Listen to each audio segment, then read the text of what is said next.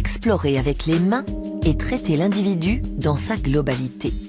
Deux principes qui guident les ostéopathes. En France, c'est un métier reconnu.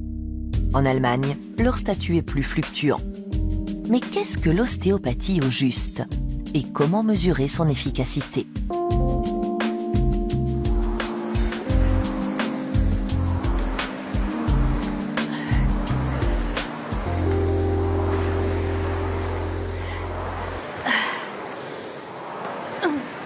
C'est un peu fatigant, non? Oui, Salut, soyez les bienvenus dans Xenius. ravi de vous retrouver. Quand on rame, on sollicite 80% des groupes musculaires. Vous le saviez? Et je peux vous dire que je sens chacun d'entre eux. Pour les rameurs de haut niveau qui s'entraînent tous les jours, l'aviron fait non seulement travailler les muscles, mais ce sport sollicite aussi beaucoup la colonne vertébrale. Quels sont les bienfaits de l'ostéopathie pour les sportifs de haut niveau?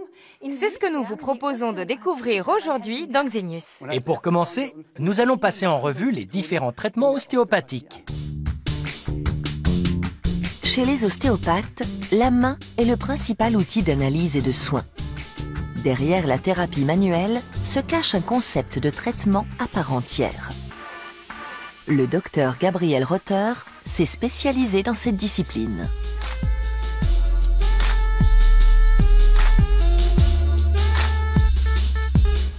Le mot ostéopathie vient du grec ostéon, qui veut dire os, et pathos, qui signifie souffrance. Le fondateur de l'ostéopathie, Andrew Taylor Still, a en effet mis en évidence la relation entre les os et certaines maladies ou dysfonctionnements viscéral et tissulaires. Le médecin américain Andrew Taylor Still a posé les fondements de l'ostéopathie il y a 140 ans. Il s'est focalisé sur l'appareil musculo-squelettique et locomoteur de l'être humain qui comprend les os, les articulations, les muscles, les tendons, les ligaments et les fascias. Son rôle est de maintenir le corps droit et de permettre les mouvements. Still met au point un traitement ostéopathique pariétal pour soigner les troubles de l'appareil locomoteur. Cette technique, comparable à la chiropraxie, est l'un des 3 piliers de l'ostéopathie.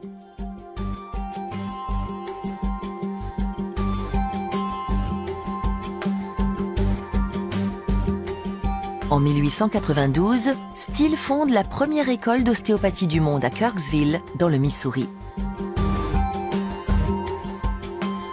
Dans les années 1930, un de ses élèves, William Garner Sutherland, développe la thérapie crânio-sacrale. Le crâne est relié au sacrum, l'os terminal de la colonne vertébrale.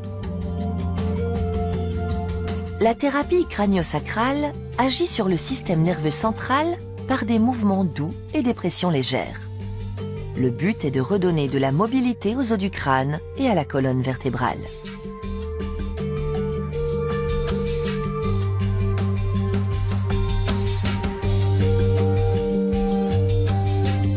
Troisième et dernière technique, l'ostéopathie viscérale. Dans les années 1980, le Français Jean-Pierre Barral fut un pionnier des manipulations viscérales.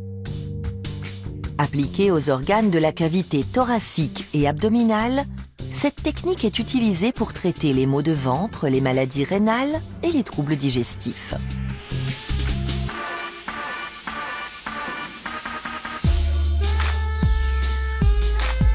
Les 3 piliers de l'ostéopathie: pariétal pour l'appareil locomoteur, viscéral pour les organes internes et crânien pour le système crânio-sacral.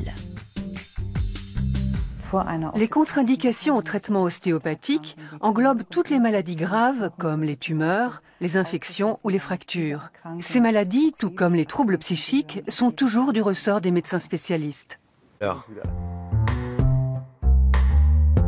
Andreas Dannenberg est kinésithérapeute et ostéopathe.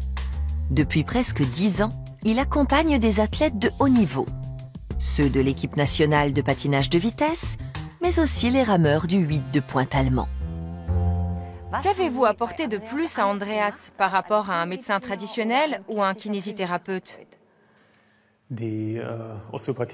L'ostéopathie a une vision globale du corps. Elle va chercher à activer toutes les structures susceptibles de soulager les disques intervertébraux d'Andreas. Tout ce qui peut agir sur le système musculo-squelettique et viscéral, mais aussi le système neuroméningé qui s'étend du crâne jusqu'à l'os du sacrum. Vous avez donc combiné l'ostéopathie pariétale, viscérale et crânienne. Tout à fait.